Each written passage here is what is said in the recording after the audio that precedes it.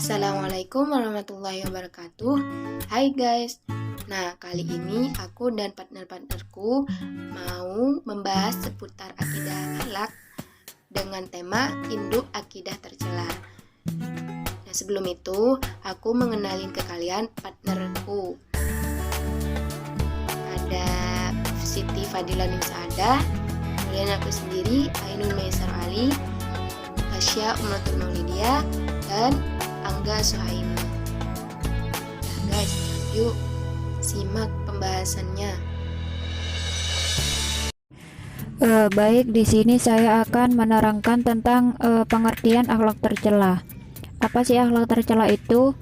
Akhlak tercela atau akhlak buruk merupakan suatu sikap atau perbuatan jelek yang dilarang oleh agama. Karena apa? Karena pada dasarnya agama mengajarkan kita untuk selalu bersikap baik, terutama menjaga perilaku serta perbuatan yang akan kita lakukan. Dan akhlak tercela itu merupakan cerminan bahwa seseorang tersebut mempunyai perilaku yang kurang baik. Jadi hal tersebut bisa saja disebabkan karena kita mulai jauh pada aturan-aturan agama. Selanjutnya yaitu macam-macam dan bahaya bagi kehidupan manusia serta cara mengobatinya. Yang pertama yaitu hasad. Hasad yaitu akar dari semua penyakit hati, seperti halnya iri dan dengki. Dan pada dasarnya hasad merupakan akibat dari dendam.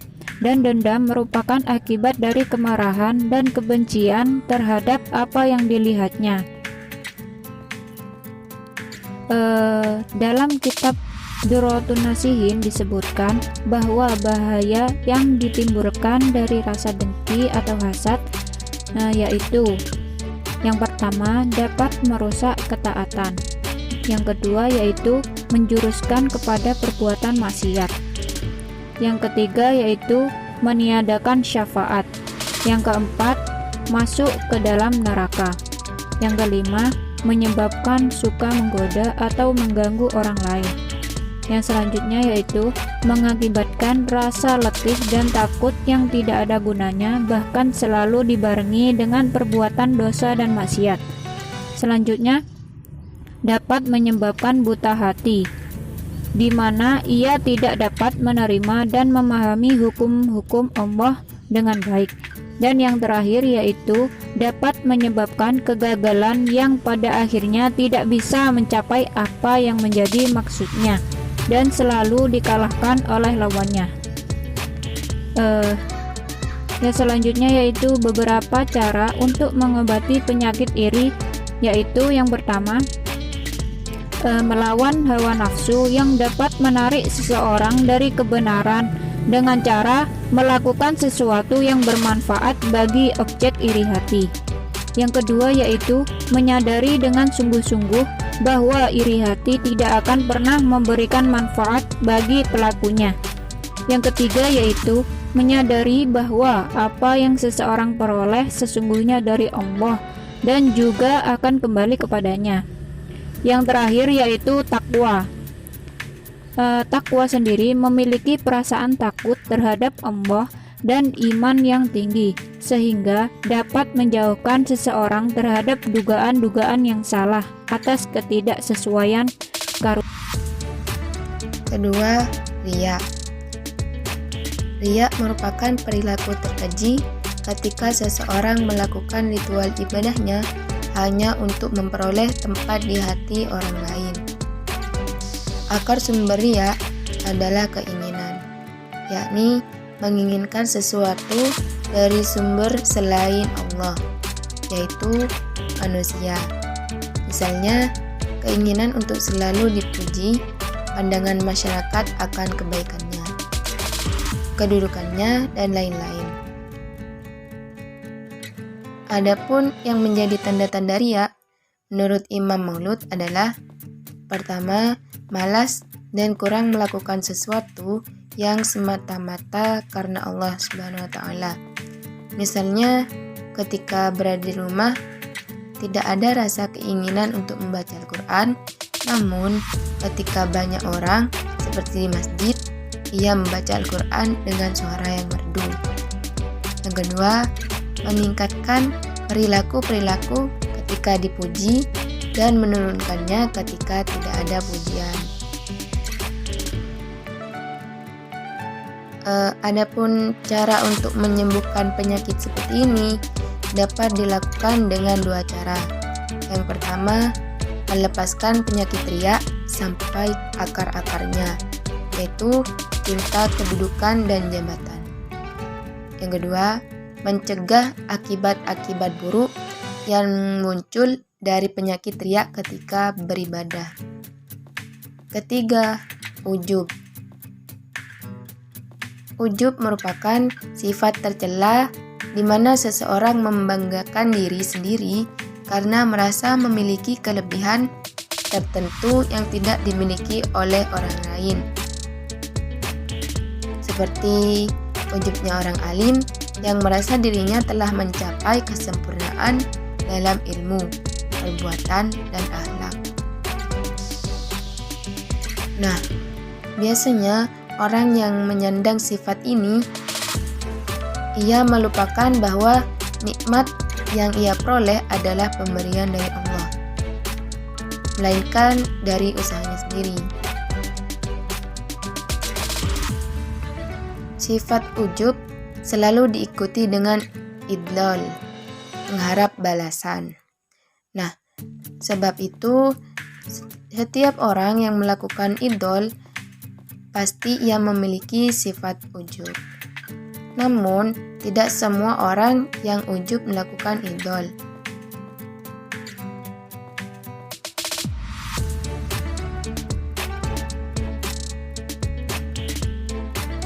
Ujub membawa pengaruh negatif yang sangat banyak. Ia dapat menghantarkan ke arah kesombongan di hadapan Allah. Orang yang memiliki sifat ujub di sini menyebabkan ia menjadi lupa dan meremehkan dosa-dosanya karena merasa telah melakukan ibadah yang sempurna, sehingga beranggapan dosa yang dilakukan tidak ada apa-apanya dengan ibadah yang telah dilakukan. Ujub juga dapat mengakibatkan seorang lupa bahwa nikmat yang ia peroleh berasal dari Allah, sehingga menjadikannya kufur nikmat. Nah, di sini ada cara mengobati penyakit ujub seseorang yang mana harus menyadari bahwa kenikmatan yang ia peroleh adalah dari Allah Subhanahu wa taala, yang merupakan buah dari cinta dan ibadah, bukan karena ia berhak menerimanya dan Allah wajib melakukannya.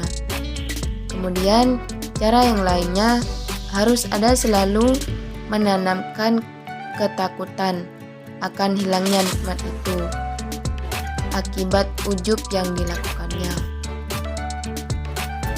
Assalamualaikum warahmatullahi wabarakatuh. Nama saya Tasya Amratul Maulidi Hasanah dan saya P2019-1466 kelas PAIA 10 kelompok 4 pemateri yang ketiga.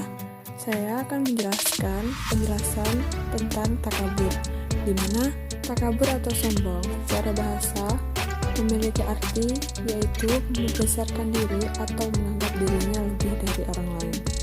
Ada pula pengertian takabur secara istilah, merupakan suatu sikap mental yang memandang rendah terhadap orang lain, sementara ia memandang tinggi dan mulia terhadap dirinya sendiri. Sikap takabur ini merupakan sifat yang dimiliki oleh iblis. Sifat inilah yang menyebabkan iblis diusir dari surga dan diturunkan derajatnya hingga menjadi makhluk yang sangat rendah. Sifat takabur iblis ini terlihat ketika ia menolak perintah Allah Subhanahu wa taala untuk bersujud kepada Nabi Adam alaihissalam. Penolakan iblis ini disebabkan karena ia merasa dirinya lebih tinggi dan lebih mulia dari Nabi Adam alaihissalam. Aku diciptakan dari api, sedangkan Adam diciptakan dari tanah. Mengapa aku harus sujud kepada makhluk yang lebih rendah dariku? Sumber iblis dengan congkaknya atau dengan sombongnya dia berkata. Oleh karena kesombongannya ini, akhirnya iblis diusir oleh Allah dan direndahkan pula derajatnya. Ada pula takabur menurut penjelasan Rasulullah, adalah himpunan dari dua sifat, yaitu menolak kebenaran dan merendahkan orang lain. Sebagaimana sabdanya, takabur adalah sifat orang yang mengingkari atau menolak kebenaran dan merendahkan orang lain. Hadis riwayat Abu Daud dan Hakim.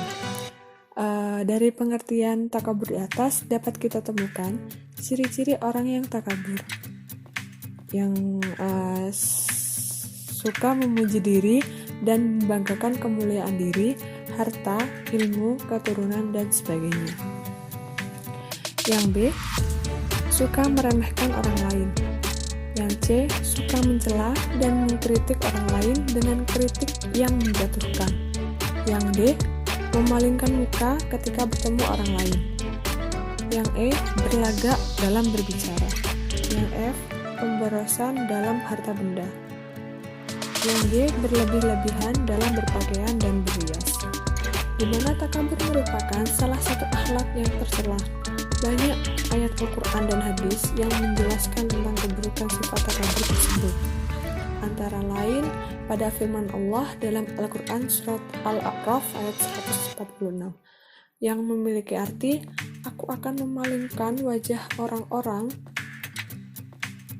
yang menyombongkan dirinya di muka bumi tanpa alasan yang benar dari tanda kekuasaanku. Mereka, jika melihat tiap-tiap ayatku, mereka tidak beriman kepadanya, dan jika mereka melihat jalan yang membawa kepada petunjuk, mereka tidak mau menempuhnya, tapi jika mereka melihat jalan kesesatan, mereka terus menempuhnya. Yang demikian itu adalah karena mereka mendustakan ayat-ayat kami dan mereka selalu lalai daripadanya. Takabur ini pula dibagi menjadi dua. Yang pertama, takabur lahir dan batin. Takabur lahir yaitu perbuatan yang dilakukan dan ditunjukkan oleh anggota badan seperti gerak-gerik tubuh, raut muka, dan tutur kata. Ada pula takabur batin, yaitu sifat dalam jiwa yang tidak terlihat. Takabur batin ini dilakukan oleh hati dan perasaan yang menganggap dirinya lebih tinggi dan menganggap orang lain lebih rendah. Kedua jenis takabur ini juga sama-sama berbahaya dan bisa menyebabkan pelakunya terjerumus ke api neraka. Oleh karena itu, kita harus menjauhi kedua jenis takabur ini dalam kehidupan sehari-hari. Kenapa? Karena di antara bahaya dari sifat takabur ini ada pula beberapa bahayanya yang dapat kita dapatkan.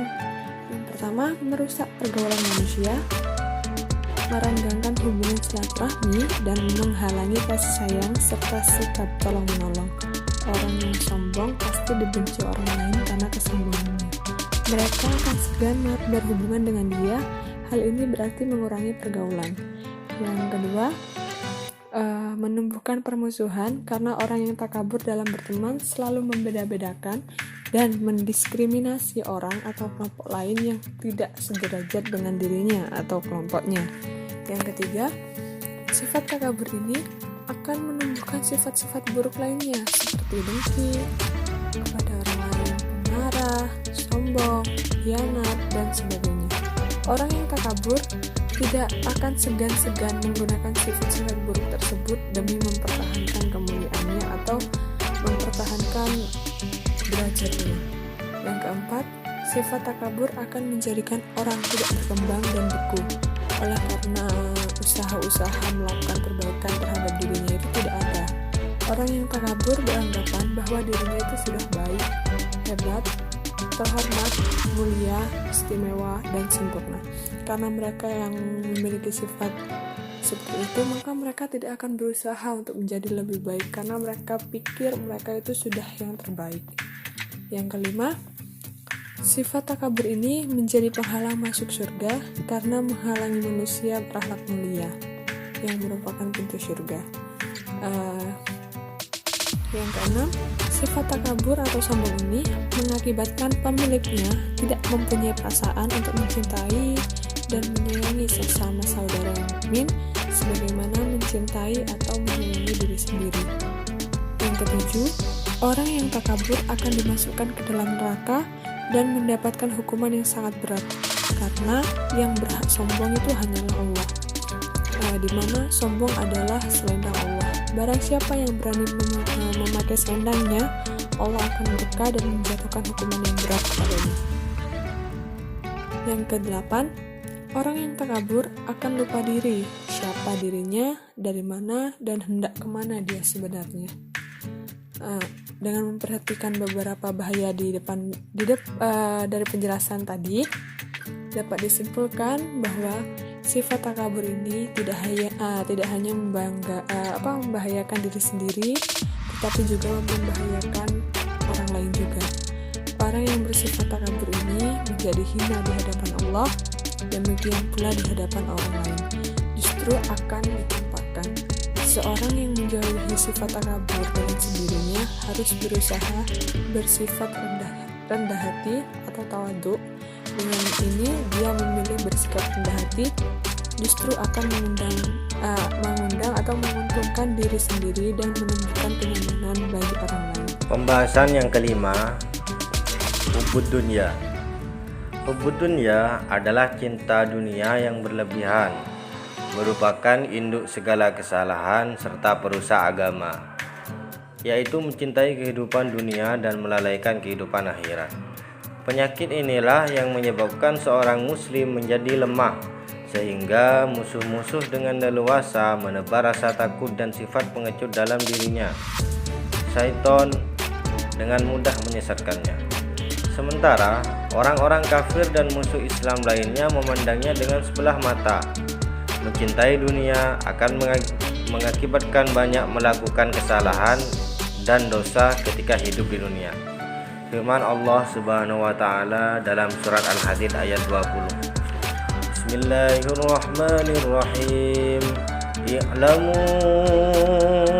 annamal hayatud dunya la'ibun wa lahu wa zinatun wa tafakhur bainakum wa takasur fil amwali wal aulad kamasli ghaibi a'jabal kuffara nabatu summa yahiju fatarahu musfarran summa yakunu khutaman wa fil akhirati adzabun syadid wa maghfiratun minallahi wa ridwan wa mal hayatud dunya illa mata'ul gurur, yang artinya ketahuilah bahwa sesungguhnya kehidupan dunia ini hanyalah permainan dan sesuatu yang melalaikan. Perhiasan dan bermegah-megah antara kamu serta berbangga-bangga tentang banyaknya harta dan anak, seperti hujan yang tanam-tanamnya mengagumkan para petani. Kemudian tanaman itu menjadi kering dan kamu lihat warnanya kuning, kemudian menjadi hancur. Dan akhirat nanti ada azab yang keras dan ampunan dari Allah serta keridhoannya. Dan kehidupan dunia ini tidak lain hanyalah kesenangan yang menipu. Adapun obat untuk menghindari dari perbuatan hubbud dunya, yaitu Nabi kita Muhammad SAW telah memberikan wasiatnya yang merupakan formula bagi jenis penyakit tersebut. Rasulullah SAW bersabda, An Abi Hurairah qala Rasulullah aksiru dzikra hadhil ladzati ya'nil maut.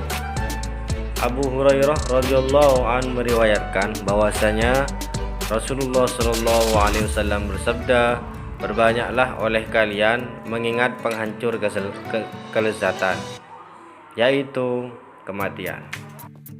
Mungkin ayat ini yang dapat kami sharing ke kalian mengenai akhlak tercela. Semoga apa yang kami sampaikan dapat bermanfaat bagi kalian. Thank you guys.